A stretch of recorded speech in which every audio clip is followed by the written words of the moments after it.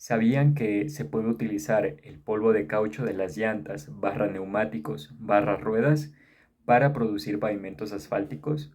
Pues en el país de Costa Rica, desde el año 2007, para reducir el impacto que produce el desecho de llantas, se ha optado por esta manera tan ingeniosa de contrarrestar.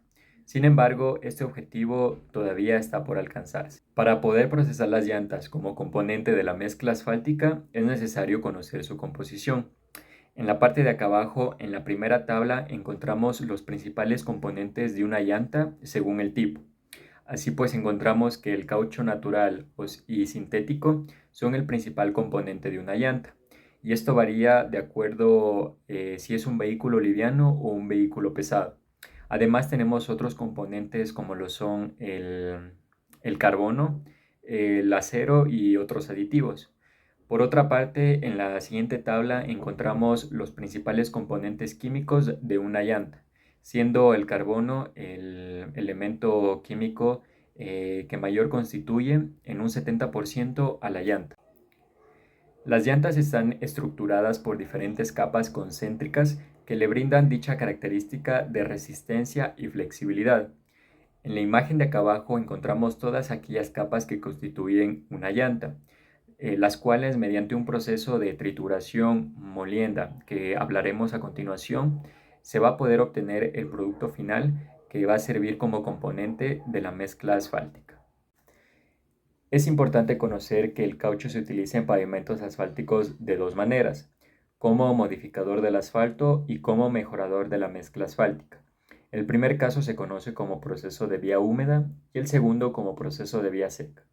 En la parte de acá abajo encontramos una línea cronológica de los cuales los acontecimientos a destacar tenemos.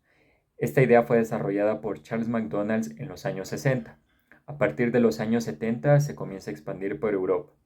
En el año 1997 la ASTM comienza a establecer normas para el uso del polvo de caucho en asfaltos y finalmente en el 2007 es obligatorio utilizar esta idea en carreteras. Para usar las llantas como aditivo o modificador de la mezcla asfáltica, es necesario reducir el material a un tamaño de partícula entre 0.5 y 2 milímetros.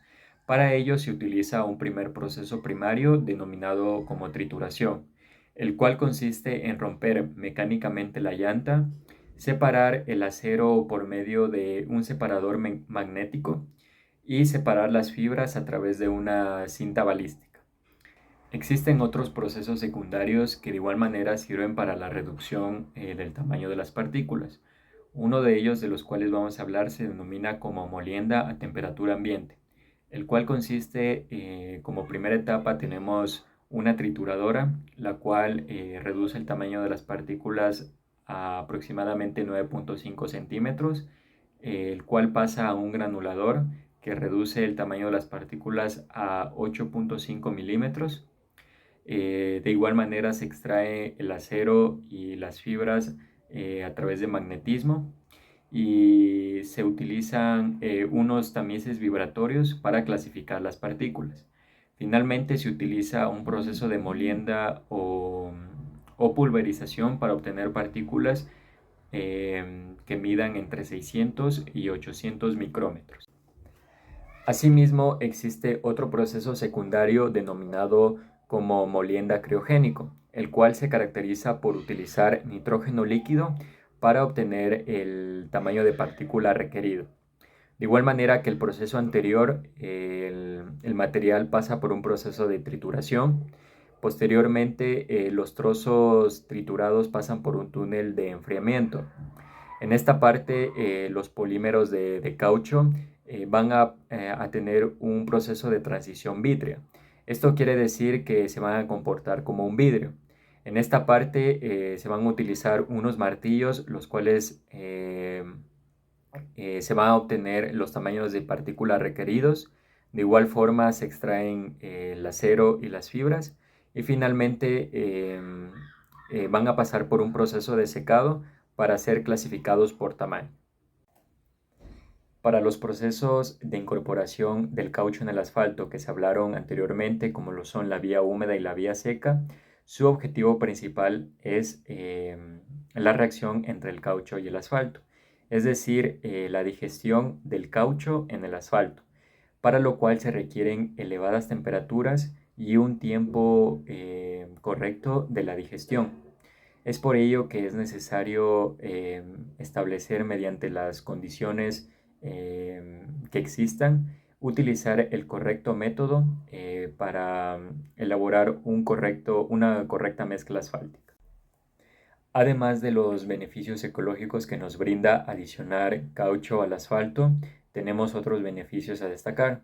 Por ejemplo, reducción en los costos de mantenimiento en las carreteras, reducción del ruido y aumento en la flexibilidad, reducción de la fatiga por grietas y aumento de la resistencia ante las deformaciones. Y finalmente, aumento de la flexibilidad y resiliencia a altas temperaturas. Sin embargo, al aplicar esta metodología también existen algunas limitaciones. Entre ellas tenemos que existe escasez de fuentes de polvo de caucho alrededor del mundo. Esta metodología puede emitir olores, lo cual es dañino tanto para el ser humano como para el planeta.